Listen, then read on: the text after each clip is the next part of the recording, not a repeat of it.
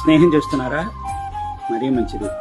మీరు ప్రేమించుకోండి, స్నేహం చేయండి. కానీ గమ్యం ఎలా ఉండాలి తెలుసా? అందంగా ఉండాలి. జీవితం బ్రహ్మాండంగా తీర్చిదిద్దబడాలి.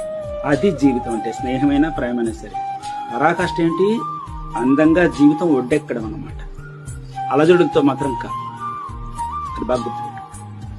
వాళ్ళ దృష్టిలో మీరు చులకనగా మాత్రం మిగిలిపోకండి, నిర్లక్ష్యంగా మాత్రం మిగిలిపోకండి, లోకువైపోకండి, హేళన కాకండి.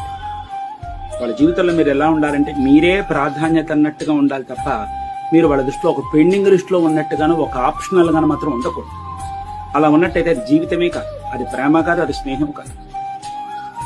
తెలిసిందా? వాళ్ళు ఇష్టం వచ్చిన మాట్లాడితే మాట్లాడే, లేకపోతే లేదు. ఒకవేళ మాట్లాడినా ఏదో వీధిలోకి వెళ్ళేటప్పుడు కుక్కలు తిరుగుతూ ఉంటాయి, 2 బిస్కెట్లు వేస్తే ఎందుకైనా పడుంటాయన్నట్టుగా మీతో 2 మాటలు మాట్లాడితే పొంగిపోయి పడు